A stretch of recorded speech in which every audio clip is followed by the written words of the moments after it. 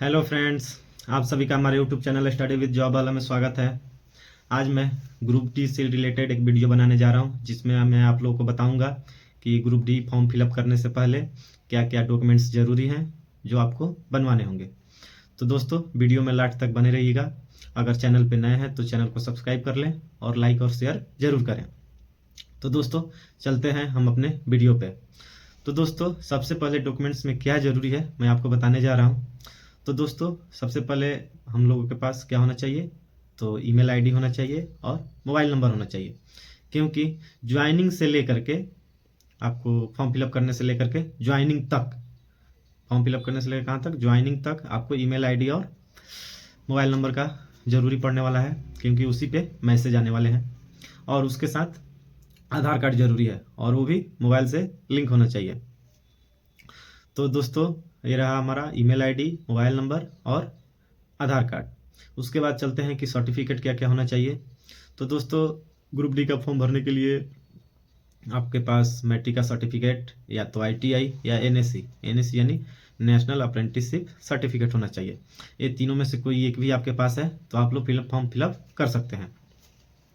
इसके बाद आपको कास्ट सर्टिफिकेट की ज़रूरत पड़ता है, EWS का ज़रूरी पड़ता है। उसके बाद आपको OBC का सर्टिफिकेट ज़रूरी पड़ता है, SC ST के लिए भी ज़रूरी पड़ता है।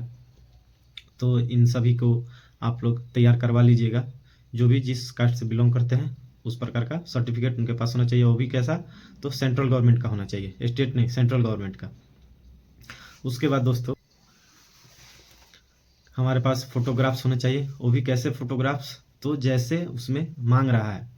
आप फॉर्म फिलअप करने जाइएगा तो नोटिफिकेशन में जिस प्रकार का फोटोग्राफ्स मांग रहा है, बैकग्राउंड कैसा होना चाहिए, व्हाइट होना चाहिए या कैसा होना चाहिए, उस प्रकार का ही आपके पास फोटोग्राफ्स होना चाहिए।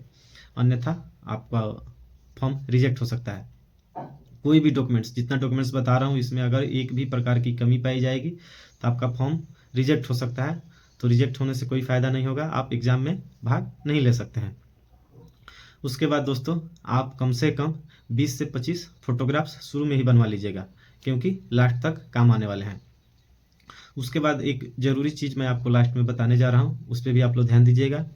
क्या होता है कि मैट्रिक का जो डॉक्यूमेंट्स होता है, जिससे सर्टिफिकेट हो गया या मार्कशीट हो गया, तो मेरा नाम क्या है, पापा का नाम क्या है, माँ का नाम क्या है, और आधार कार्ड जो है उसमें मेरा नाम क्या है और पापा का नाम क्या है, ये मैच करा लेना चाहिए। अगर सर्टिफिकेट में थोड़ा नाम अलग है तो आप लोग एक काम कीजिएगा, सर्टिफिकेट सुधरवा लीजिएगा। अगर सुधर जाए तो सुधरवा लीजिएगा, अगर थोड़ा सा मिस्टेक है तो उसके लिए भी एक उपाय है कि आप लोग एफिडेविट बनवा सकते हैं। कोर्ट से बनता है, वकील रहता है, लो बना देगा। तो एफिडेविट ज़रूरी है, क्योंकि मेरे साथ एक बार मिस्टेक हो चुका है। क्योंकि मेरा नाम आधार कार्ड में जो था वो भी मैट्रिक के मार्कशीट में भी था, मेरे नाम में कोई प्रॉब्लम नहीं है, बट मेरे पिताजी के नाम में थोड़ा प्रॉब्लम हो गया था। मेरे पिताजी के नाम में स्पेस हो गया था। क्या हुआ था कि मेरे पिताजी का नाम है बाबू नंदन सिंह, उसमें क्या हुआ था कि बाबू और नंदन दोनों अलग अलग हो गया था, बाबू और नंदन के बीच में स्पेस हो गया था। बट आधार कार्ड जो है इसमें स्पेस नहीं है, इसमें पूरा का पूरा बाबू नंदन लिखा हुआ है। तो उसके लिए मुझे रोक दिया था जहाँ पे डॉक्यूमेंट वेरिफिकेशन हो रहा था। बट मैं एक काम किया था कि एफिडेविट बना करके ले गया था, मैं कोर्ट से एफिडेविट बना करके ले गया था, तो मुझे कोई परेशानी नहीं हुई। तो दोस्तों, अगर आपके नाम में कोई मिस्टेक हो या पापा के नाम में या माँ के नाम में मिस्टेक हो, तो अगर सर्टिफिकेट सुधर सकता है तो सुधरवा ले, अन्यथा एफिडेविट बनवा लीजिएगा। तो दोस्तों, मैंने आपको जो जो डॉक्यूमेंट्स बताया, ये सब डॉक्यूमेंट्स ज़रूरी है। क्या क्या है एक बार इक्वल कर लेते हैं।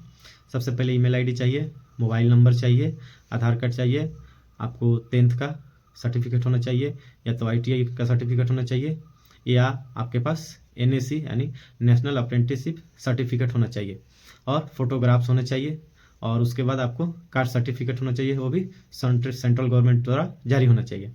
तो अगर आपके पास ये सारे डॉक्यूमेंट्स हैं तो आप लोग आराम से फॉर्म फिलअप कीजिए, फॉर्म आपका रिजेक्ट नहीं होगा, अन्यथा फॉर्म रिजेक्ट हो सकता है। अगर फॉर्म रिजेक्ट हो गया तो आपका पढ़ाई लिखाई किसी काम का नहीं रहेगा। तो सबसे ज़रूरी है हमारा डॉक्यूमेंट्स तैयार रखना। तो दोस्तों, आप डॉक्यूमेंट्स तैयार रखें, फॉर्म भराने वाला है, सीट भी बढ़ चुका है, अभी ऑफिशियली नहीं आया है बट निकल चुका है कि 58,000 समथिंग सीट हो चुका है। तो आप लोग अच्छे से तैयारी कीजिए।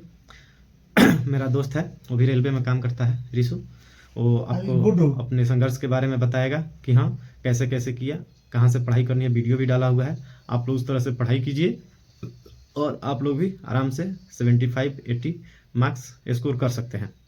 तो दोस्तों अगर आपको कोई और प्रॉब्लम हो तो आप लोग कमेंट बॉक्स में कमेंट कर सकते हैं, या कोई सजेशन देना हो तो आप लोग कमेंट कर सकते हैं। और नेक्स्ट वीडियो आपके को किस चीज़ पे चाहिए, कौन से टॉपिक पे चाहिए, आप लोग कृपया कमेंट करें और ज़रूर बताएं। तो दोस्तों फिर मिलते हैं नेक्स्ट वीडियो में, तब तक के लिए जय हिंद जय